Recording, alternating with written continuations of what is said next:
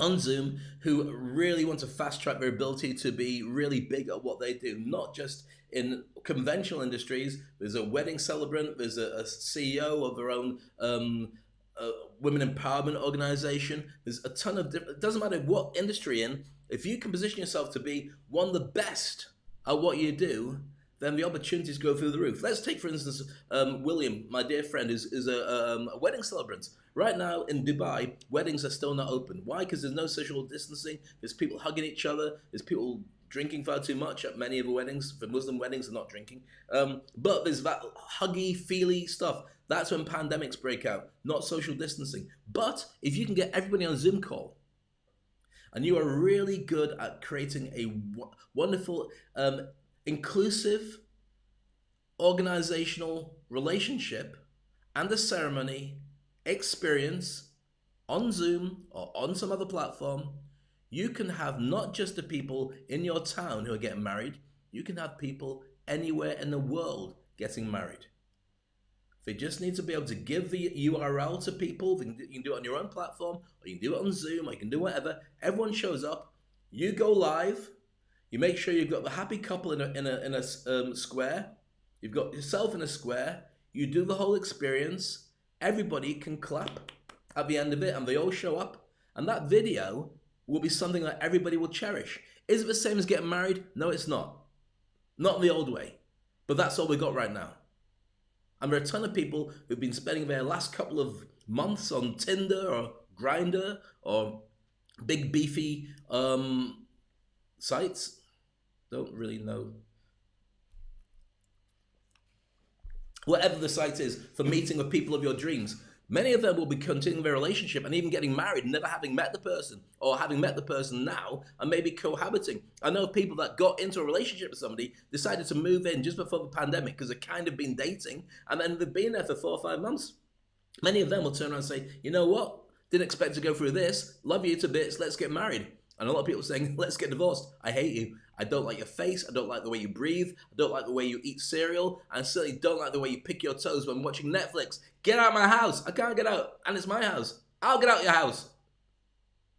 Bit extravagant, but you get the general idea. So the Industry Icon program is about teaching you how to be really effective and all the tips and tools and tricks of being effective online when you're speaking, because it's not just about live speaking, it's more about the ability to broadcast as well, because that's where we are for now. And it teaches you all the tools that Gary Vaynerchuk uses to be effective.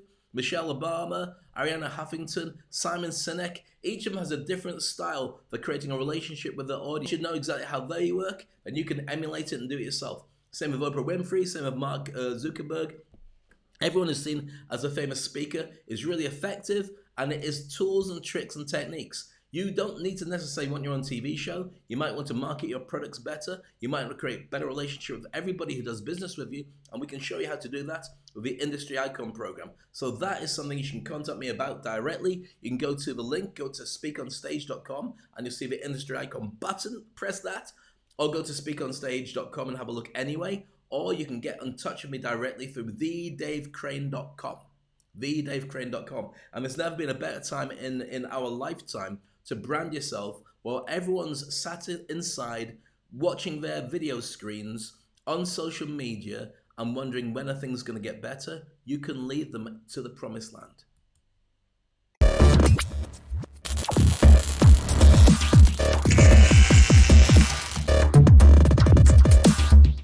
And that's about it for today's show. Hope you enjoyed it and hope you had lots of fun. I'll be back same time tomorrow, and we'll be looking at a completely different subject to the journey of being a speaker.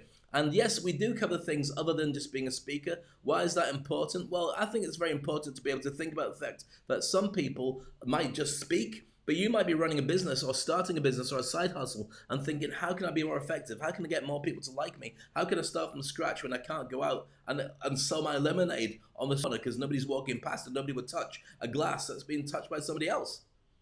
With this, you can become a speaker. You can create a new relationship with everybody. And I love your thoughts. I love your comments. I love to find out where you're calling from. And I also love the fact that we're creating a great relationship. I'm having a lot of fun with this. That just about brings us to an end today. I hope you enjoyed the show. Tomorrow, as I say, I'm back tomorrow. Look after yourself. We're a little bit early today, but that doesn't mean that I don't love you. It just means I got up extra early and I forfeited walking the dogs to make sure I could broadcast for you. And am I going to get some grief? Yes. Will I have a house full of dog eggs later on? No. But I know they're going to give me funny looks. And I'll do the one joke that I know about dogs and get no laughs. Hey, why the long face? See? No laughs. See you tomorrow. My name is Dave Crane. It's a pleasure to spend time with you. This is Speak on Stage. I can leave you with a video all about why I do, what I do, and maybe it affects you too.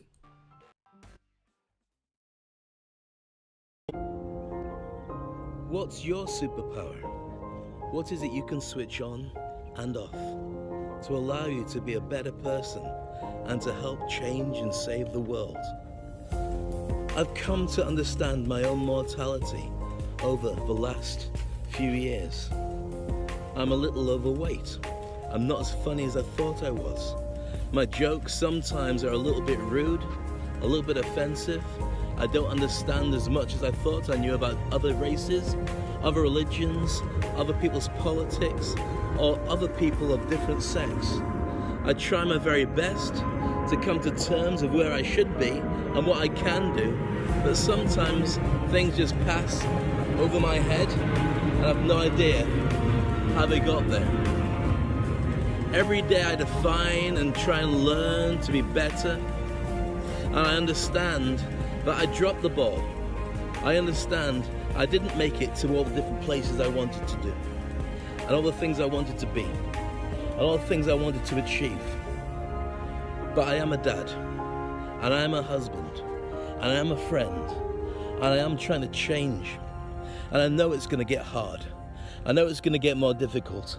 And I am outside of my comfort zone, but I promise you one thing, and this one thing I want to give to you as a gift.